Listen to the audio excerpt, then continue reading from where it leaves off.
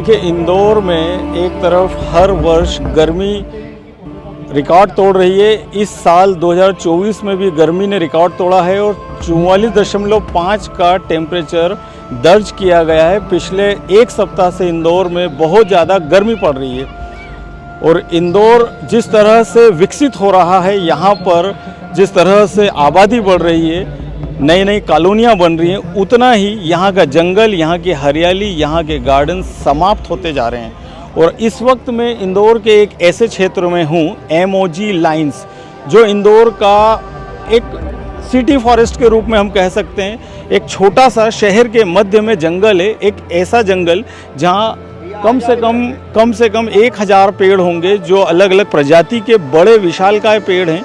और अब सरकार यहाँ पर विकास के नाम पर इन पेड़ों को काटने की योजना बना चुकी है। तो अब ये जो लोग आप यहाँ देख रहे हैं ना, ये लोग इन पेड़ों को बचाने के लिए यहाँ पर इकट्ठा हुए हैं। ये लोग चाहते हैं कि ये पेड़ बचे, ये शहर के अंदर ऑक्सीजन बचे, यहाँ की आबो हवा बचे, ये शहर जो है ये एक भट्टी न बन जाए, आग का भट्टी। इसलिए ये लोग यहाँ पर आए हैं। ये जो हज़ारों पेड़ कट रहे हैं इंदौर में और इसके खिलाफ आप लोग ये एकजुट हुए हैं, तो आप लोग किस तरह के आंदोलन की रूपरेखा तैयार कर रहे हैं और आपका मुख्य रूप से उद्देश्य क्या है, थोड़ा विस्तार में बताइए। मैं पकड़ लेता हूं। इसमें तो बहुत साधारण सी बात है, हर व्यक्ति आज समझ रहा है। आज ही दैनिक भास्कर में रिपोर्ट में आया है, आईआईटी इंदौर ने एक स्टडी रिपोर्ट जारी की है। 1.5 लाख पेड़ गत 5 वर्षों में कट चुके हैं। दूसरा, इस बार की भीषण गर्मी इंदौर वासी, आप भी हम भी सब झेल रहे हैं। पहली बार ऐसा हुआ है कि शाम ठंडी नहीं हो रही है, और इसका एकमात्र कारण यदि कोई है तो लाखों पेड़ों की बलि है। और इसलिए जब ये जानकारी आई कि एमओजी लाइंस के पेड़ कट रहे हैं, मालवा मिल के पेड़ों पे नंबरिंग, हुकुमचंद मिल के पेड़ों पे नंबरिंग हो गई है, और आने वाले समय में अन्य मिलों के जो परिसर हैं जहाँ बहुत घने पेड़ हैं, उन सब की भी बलि देने की योजना, केवल रहवासी क्षेत्र बनाना, सरकार प्लॉट्स बेच रही है, सीधे डायरेक्ट सेलिंग कर रही है, ये सर्वथा अनुचित है। और इसलिए हमारी साधारण सी मांग है कि ऐसे जो सघन हरियाली वाले क्षेत्र है, उनको धरोहर क्षेत्र घोषित करके उनको बल्कि और पोषित किया जाए और विकसित किया जाए।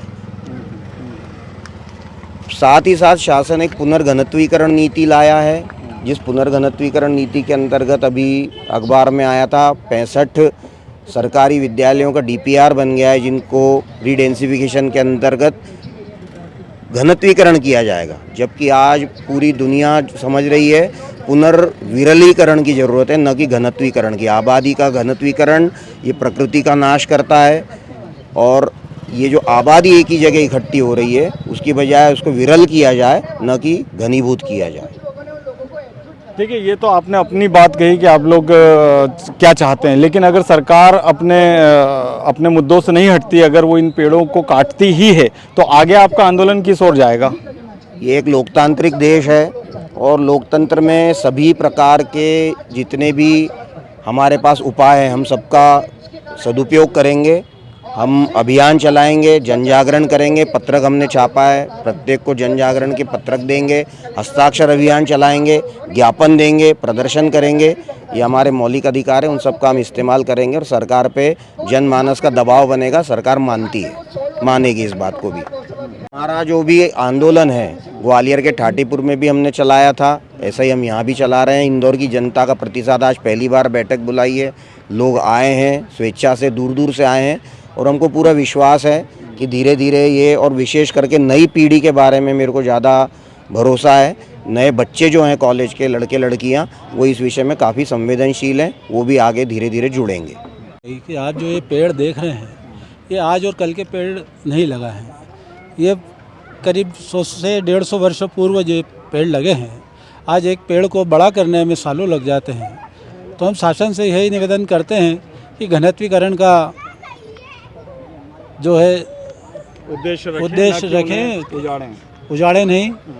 दूसरी बात, यहाँ एमओजी लाइंस में जो भूतपूर्व सैनिक परिवार रह रहे हैं, करीब 106 परिवार हैं। इसके अलावा भी सुनने में आया है, महापौर जी से मिले थे, उसमें कुछ मकान समाजवादी इंदिरा नगर के जा रहे हैं। क्लॉथ मार्केट हॉस्पिटल के पीछे की झोपड़पट्टी, उसको हटा रहे हैं। तो ये कहाँ का न्याय है कि जो लोग पूर्व से 100 साल 50 साल पूर्व से बसे हुए हैं उनको हटा करके बिल्डरों को ज़मीन बेचना और फिर वहाँ नई आबादी बसाना, मतलब ये उचित नहीं है। हम लोगों का कहना यही है कि जो एमओजी लाइन ये होलकर स्टेट से समय से चली आ रही है, आज़ादी के पूर्व से। एमओजी लाइन का फुल फॉर्म मैं सभी को बता चुका हूँ कि एमओजी लाइन का फुल फॉर्म है महारानी ऑन गॉड लाइन। ये एमओजी लाइन बनी थी इसलिए जब अंग्रेज़ों की छावनी महू थी तो कोठी कोठी पे इसका मेन गढ़ रखा गया था। सारे सैनिक परिवार जो है एमओजी लाइन्स में निवास करते थे। उस अंग्रेज़ों की छावनी को उड़ाने के लिए एमओजी लाइन बनी थी और इसका नाम महारानी ऑन गार्ड लाइन रखा गया था। 24 घंटे जो सेना तत्पर रहती थी। 1965 की लड़ाई में भी जो लोग गए हैं उसमें भी एमओजी लाइन के सैनिक परिवारों का योगदान है। उसमें से 20 परिवार आज तक नहीं लौटे हैं। नमस्कार, मैं अमित शिंदे एमओजी लाइन से।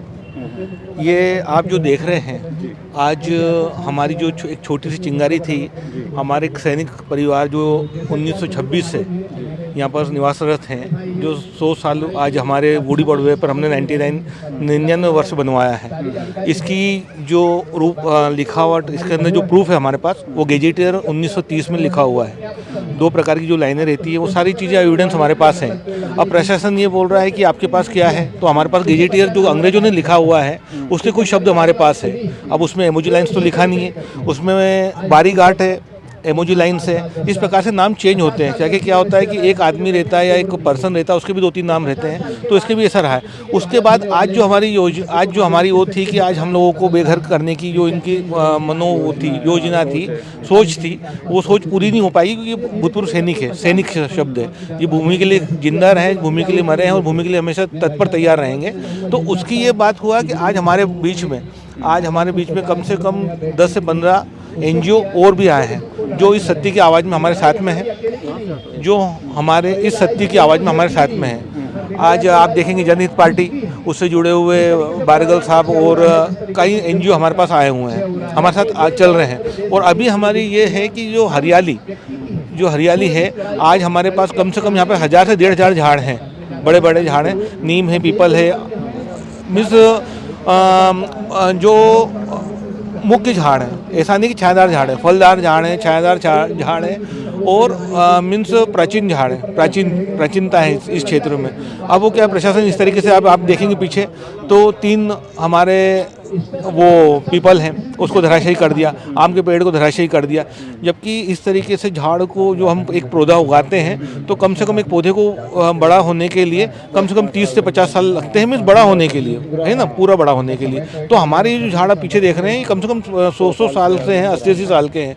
आप ऐसे धराशायी कर रहे हैं, आप क्या करना चाह रहे हैं, प्रकृति को कितना नुकसान पहुँचा रहे हैं आप। गर्मी बढ़ती जा रही है, एक साइड पूरा विश्व बोल रहा है कि हमें झाड़ चाहिए और हमारे यहाँ पर स्थानीय कुछ अपने स्वयं हित के लिए इस चीज़ को देख नहीं रहे हैं। जबकि आज विश्व बोल रहा है कि नहीं, हमें झाड़ चाहिए, हमें प्रकृति चाहिए, हमें सब कुछ चाहिए। आज आप देख रहे हैं, आप इंस्टाग्राम पे देखें, व्हाट्सएप पे देखें, आप टीवी डिबेट पे देखें, आप जो भी देखें, सत्यता की आवाज़ जो भी देख रहे हैं। बात तो करी जा रही है कि हमें हरियाली बढ़ाना है, हमें पेड़ों को नहीं काटना है। दूसरी तरफ पीछे सरकार ये काट भी रही है। और इसमें महापौर जैसे जो प्रथम नागरिक है हमारे इंदौर के, और आपके क्षेत्र के ही रहने वाले, हमारे क्षेत्र के हैं, उनको तो कम से कम ये देखना चाहिए कि हम कहाँ पर कौन से हम क्या मैसेज दे रहे हैं, हम मैसेज क्या देना चाह रहे हैं। मैसेज आपका पूरा गलत है। एक तो सैनिक, सेकंड आप पर्यावरण, फिर आप थर्ड की आवाज़, सत्यता की आवाज़ को दबाना, फिर फोर्थ अपने मनमानी करना। हर तरीके से वो मनमानी पर उतर रही है गवर्नमेंट। हम लोग जो भाजपा शासन है, जो हमारे माननीय प्रधानमंत्री हैं, उन्हें देखकर हम लोग गदगद हो जाते हैं कि नहीं यार, उनकी सत्यता की आवाज़ है, बस वो अकेले सत्य बोल रहे हैं, लेकिन नीचे सारा डामाडोल हो रहा है। कोई भी इंसान, कोई भी अपना पदाधिकारी या अपना राजनीतिक शख्स वो इस चीज़ को नहीं देख रहा है कि हमें निजी स्वार्थ पर आ गए हैं वो, कि हम सत्यता का साथ दें, हम जनहित में अपना कुछ योगदान दें। इस तरीके से कार्य करना एक तो आलोचना करता हूँ इस पूरे कार्य की।